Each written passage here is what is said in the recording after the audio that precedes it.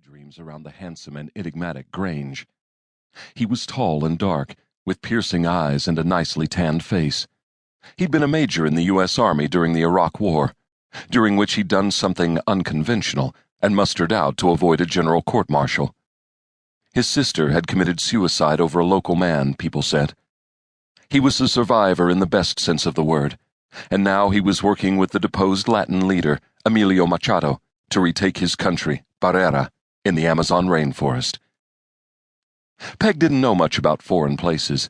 She'd never even been out of Texas, and the only time she'd ever been on a plane was a short hop in a propeller-driven crop duster owned by a friend of her father. She was hopelessly naive about the world and men. But Grange didn't know what an innocent she really was, and she wasn't going to tell him. For weeks she'd been vamping him at every turn.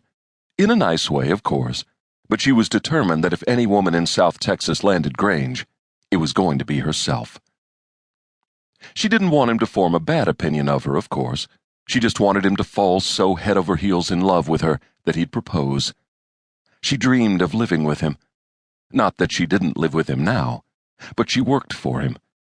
She wanted to be able to touch him whenever she liked, hug him, kiss him, do other things with him. When she was around him, her body felt odd, tight, swollen. There were sensations rising in her that she'd never felt before. She dated very infrequently because most men didn't really appeal to her. She'd thought something might be wrong with her, in fact, because she liked shopping with girlfriends or going to movies alone. But she wasn't really keen on going out with boys like some of the girls did, every single night. She liked to experiment with new dishes in the kitchen, and make bread, and tend to her garden. She kept a vegetable garden in the spring and summer, and worked in her flower beds year-round. Grange indulged her mania for planting, because he enjoyed the nice organic vegetables she put on the table. Gracie Pendleton shared flowers and bulbs with her, because Gracie loved to garden too. So Peg dated rarely. Once a nice man had taken her to a theater in San Antonio to see a comedy. She'd enjoyed it, but he'd wanted to stop by his motel on the way home. So that was that. The next man she dated took her to see the reptiles at the zoo in San Antonio, and wanted to take her home to meet his family of pythons. That date had ended rather badly as well. Peg didn't mind snakes, so long as they weren't aggressive and wanted to bite, but she drew the line at sharing a man with several of them. He'd been a nice man, too. Then she'd gone out with Sheriff Hayes Carson once. He was a really nice man, with wonderful manners and a sense of humor. He'd taken her to the movies to see a fantasy film. It had been terrific. But Hayes was in love with another local girl, and everybody knew it, even if he didn't. He dated to show Minette, who owned the local weekly newspaper, that he wasn't pining for her.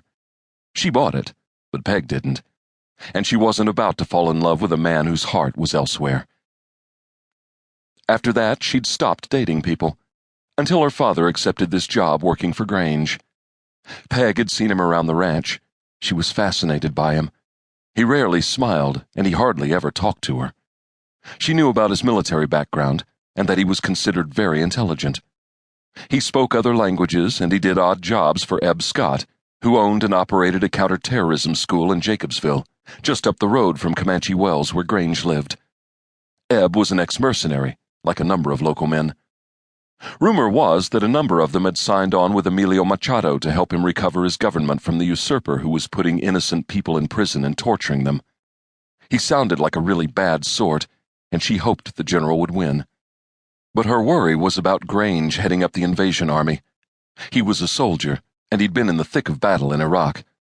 But even a good soldier could be killed. Peg worried about him. She wanted to tell him how much she worried, but the timing had never been right. She teased him, played with him, made him all sorts of special dishes and desserts. He was polite and grateful, but he never seemed to really look at her. It was irksome. So she planned a campaign to capture his interest. She'd been working on it for weeks. She waylaid him in the barn, wearing a blouse even more low-cut than this one, and made a point of bending over to pick up stuff. She knew he had to notice that, but he averted his eyes and talked about his new purebred heifer that was due to calf soon. Then she'd tried accidentally brushing up against him in the house, squeezing past him in a doorway so that her breasts almost flattened against